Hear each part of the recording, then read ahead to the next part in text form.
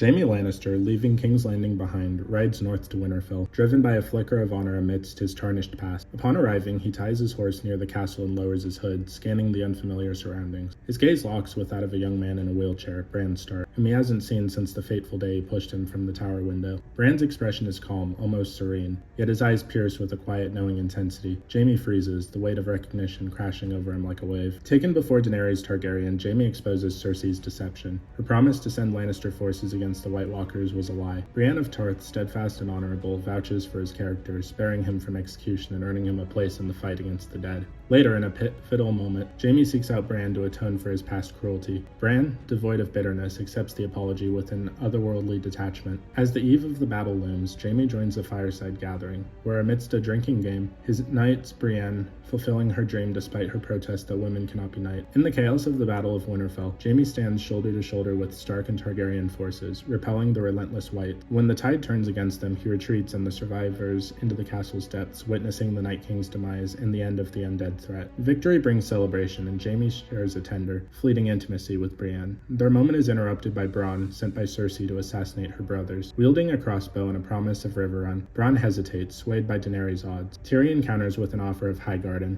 though Jaime bristles, calling Bronn a cutthroat. With a wry jab and the Lannister lineage, Bronn accepts the deal, sparing them for future lordship. Yet peace is short-lived. News of the Iron Fleet ambushing Daenerys' forces reaches Jaime, igniting dread for Cersei's fate. Despite Bran's tearful pleas to stay, he resolves to return to King's Landing, unable to abandon his twin. His clandestine return falters when besieging forces capture him. Tyrion orchestrates his escape, urging Jaime to convince Cersei to surrender and flee to Pentos with her unborn child. Disguised as a refugee, Jaime slips into a war-torn city, only to face Euron Greyjoy barring his path to the Red Keep. In a brutal clash, Jaime slays Euron, but suffers grievous wounds, his strength waning with every step. Reaching the war room, he finds Cersei, her composure fraying as the city burns. He persuades her to escape, but their flight is cut short. Drogon's fiery rampage seals the Red Keep's cellars with rubble. Trapped, Cersei clings to Jaime, pleading for their child's life. With a quiet resolve, Jaime assures her that only they matter now. They embrace as the ceiling collapses, the Lannister twins perishing together beneath the weight of their choices. In the aftermath, Tyrion sifts through the Red Keep's ruins, spotting Jaime's golden hand amid the debris. Uncovering their bodies, he finds them entwined in death as they were in life, an end to their bond. Brienne, honoring Jaime's complex legacy, pens his final entry in the Book of Brothers. She chronicles his noble deeds, knighting her fighting the dead, and concludes with the bittersweet truth: he died protecting his queen. Thus, Jaime Lannister's tale closes, not as the reviled Kingslayer, but as a man who in his final act chose love over redemption, sealing his fate in the ashes of King's Landing. But what did you guys think of the end of Jaime Lannister?